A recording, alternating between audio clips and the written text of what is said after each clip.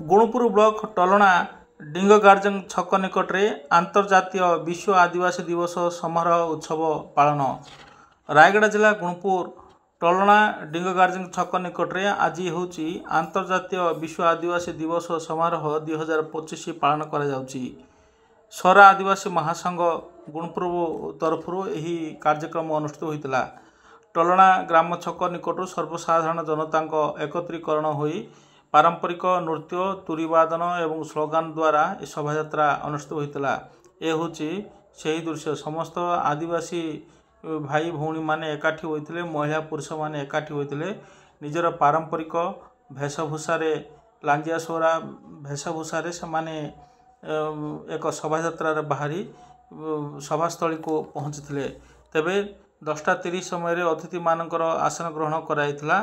तेबे एथिरे मुख्य अतिथि भाव श्रीजुक्त नरेंद्र नायक अवसर प्राप्त श्रम कमिशनर जोग देइथिला बेले सम्मानित अतिथि भाव गुणुपुर विधायक सत्यजित गमांग जोग देइथिले। सेही भली जिला मंगल अधिकारी गजपति जिला सलमान रायका, जिला परिषद सभ्य इगान गमांग, सारा आदिवासी महासंघर सभापति माथ्यू धलाबेरा एवं मुख्य वक्ता उपस्थित रही सेवन सावर आईनजीवी उपस्थित रही एवं आदिवासी मानकर संस्कृति परंपरा उज्जीवित किपरि रहिबो एवं विश्व दरबार किपरि पहुँचबो एने एठारे समस्ते आलोचना करथिले।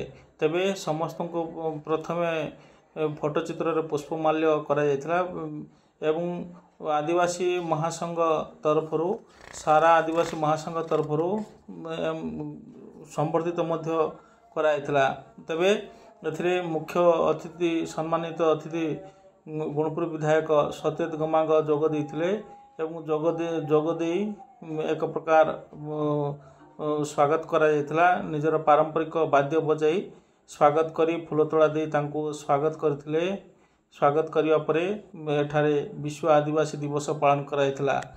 विशेष करी आदिवासी बहुल अंचल लांजिया सोरा अंचल मध्य आज भी आदिवासी अवहेलित हो रही एवं निजर संस्कृति कला साहित्य लिपि किपरि विश्व दरबार रे पहुँचबो एठारे आलोचना होइतला।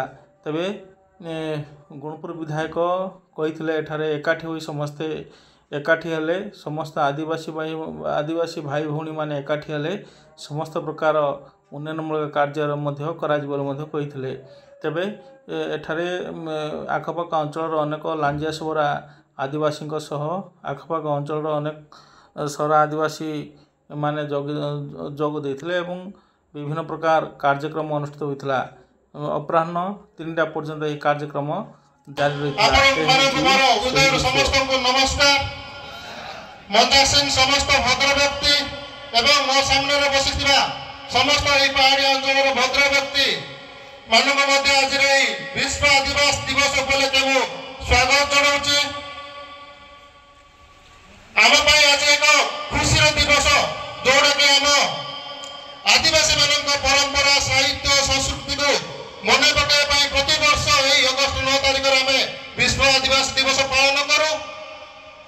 निहाती भाव आमर आजिका दिन एक खुशी दिन। बाकी रहा मन रखा कथा है आमर यही कला संस्कृति को आम केमी सुरक्षित रखिपर आमर आदिवासी मान उन्नति केमी हो पार प्रति आम समस्त जागृत रहा कथा।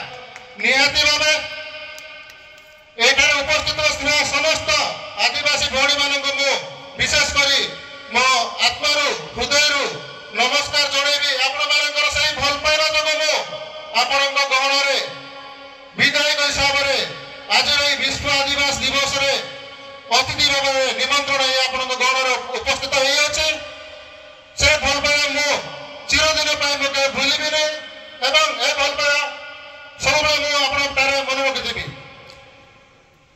जेहेतु एटा आमर शेड्यूल एरिया एटी जय कौन प्रतिनिधि सब आदिवासी हमें वार्ड मेंबर टू आरंभ कर एमपी सांसद पर्यंत तो आम समस्त जागृत होगा कथा जे आमर यही कला संस्कृति को जो जनप्रतिनिधि माने अच्छा से सुरक्षा दे पारे समस्त एकत्रित हो आमर कला संस्कृति आमर जो